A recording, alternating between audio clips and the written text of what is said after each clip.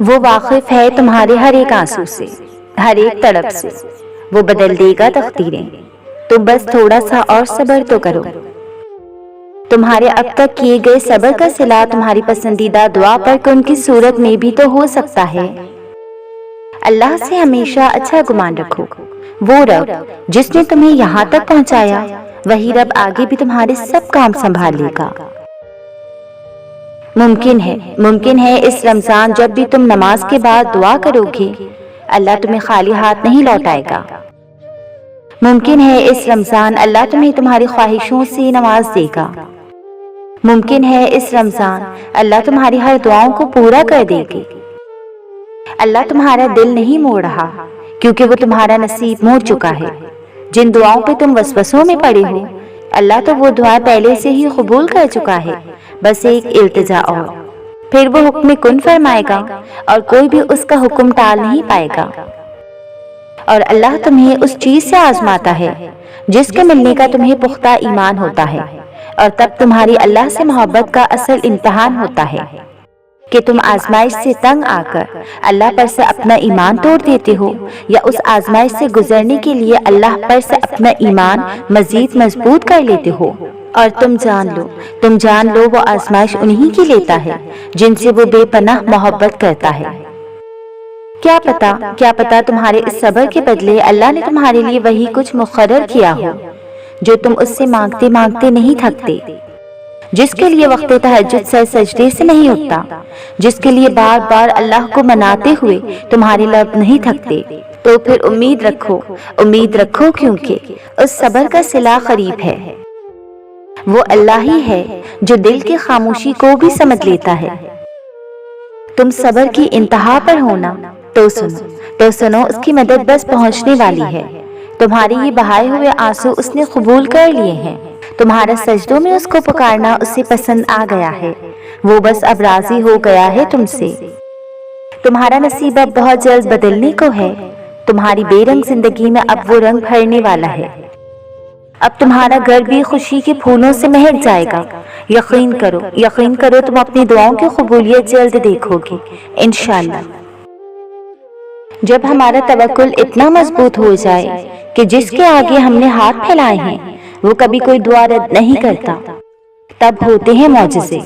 تم بس اپنے معجزوں کا انتظار کرو، اور وہ رب تو آزمائش بھی انہی کے ذریعے لیتا ہے جو آپ کے قریب ہوتے ہیں۔ وہ دیکھتا ہے میرا بندہ ہمت ہار جاتا ہے یا صبر کر جاتا ہے۔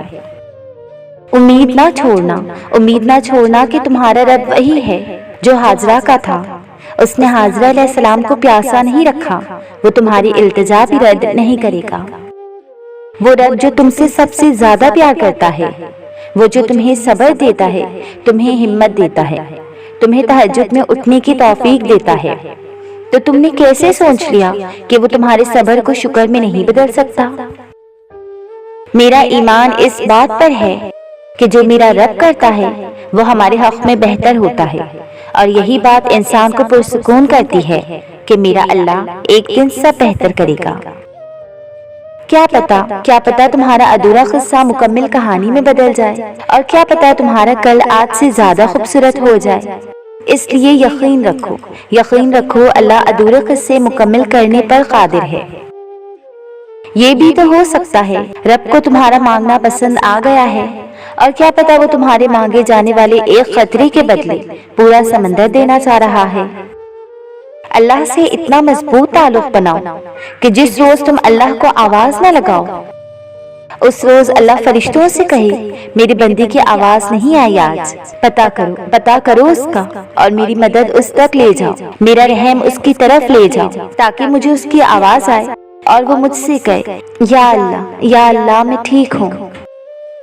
تمہاری کہانی اس لیے یہاں رک گئی ہے کیونکہ اللہ چاہتا ہے کہ تم اس کا اگلا حصہ خود لکھو۔ جسے تم تاخیر سمجھ رہے ہو وہ دراصل دعا کا موقع ہے۔ تو پھر اٹھاؤ ہاتھ اور اپنا نصیب بدل دو۔ اور پھر جس کے لیے اللہ کافی ہو جائے، پھر اسے کسی سہارے کی ضرورت نہیں پڑتی۔ کچھ بھی دائمی نہیں اس دنیا میں، ہر تکلیف کے بعد راحت ہے، ہر غم کے بعد خوشی کے لمحے آتے ہیں، ہر مشکل کے بعد آسانی ہے۔ دعاؤں کے معاملے میں اللہ کے ہاں دیر ضرور ہے مگر انکار نہیں ہے، اور آپ جلد دیکھیں گے وہ تو بس آپ کا صبر اور یقین آزماتا رہا تاکہ شکر کے سجدے میں اتنی ہی شدت ہو جتنی درد کے سجدے میں ہے، جتنی صبر کے سجدے میں ہے۔ اگر اللہ تمہیں آزما رہا ہے تو اس کی محبت پہ شک مت کرو، کیونکہ اللہ تو دراصل جو تم مانگ رہے ہو اس کے لیے وہ تمہیں تیار کر رہا ہے۔ اللہ تو ہر ناممکن سفر کو ممکن بنا سکتے ہیں، وہ بس تمہیں سننا چاہتے ہیں اور تمہیں اپنے قریب کرنا چاہتے ہیں تاکہ پھر وہ تمہاری دعائیں قبول کر کے تمہاری زندگی خوشیوں سے مکمل کر دے۔ تمہیں یوں ہر بار یقین آ جانا، تمہارے دل میں ہر بار امید کا آ جانا اور پھر تمہارا دعائیں مانگنا اس بات کی دلیل ہے کہ خدا کے در سے مدد جلد تم تک پہنچے گی، معجزات کی صورت میں۔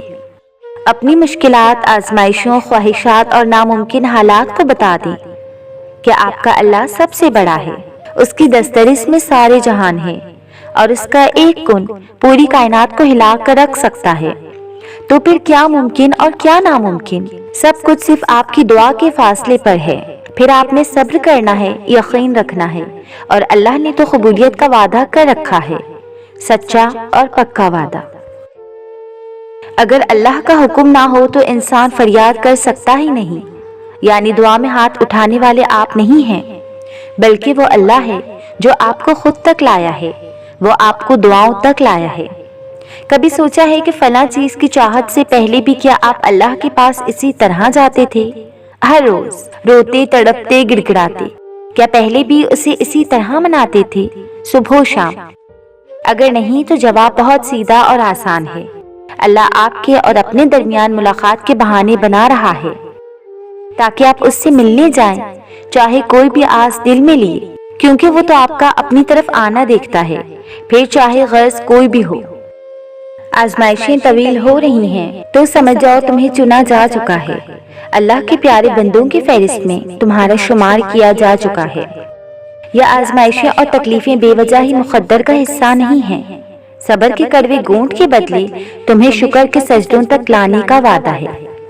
جب اللہ کو اپنے کسی بندے کا مانگنا پسند آ جاتا ہے تو وہ ہر روز اسے اپنے در پر بلاتا ہے، اس کا رونا سن کر بھی وہ مسکراتا ہے، کیونکہ وہ جانتا ہے کہ تم اس پر یقین رکھتے ہو، اس کی محبت پر بہت مان ہے تمہیں، اس لیے تو اس کے حضور دامن پھیلا کر روتے ہو، اور جانتے ہو تب اللہ تمہاری دعائیں سننے کے باوجود عطا کرنے میں دیری کیوں کرتا ہے؟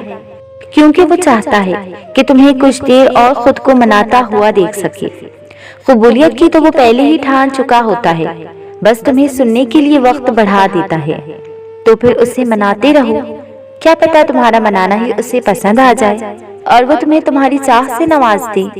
دعاؤں کی قبولیت میں صرف اچھے گمان رکھا کرو اور ہر قسم کے وسوسوں سے خود کو آزاد کر دو۔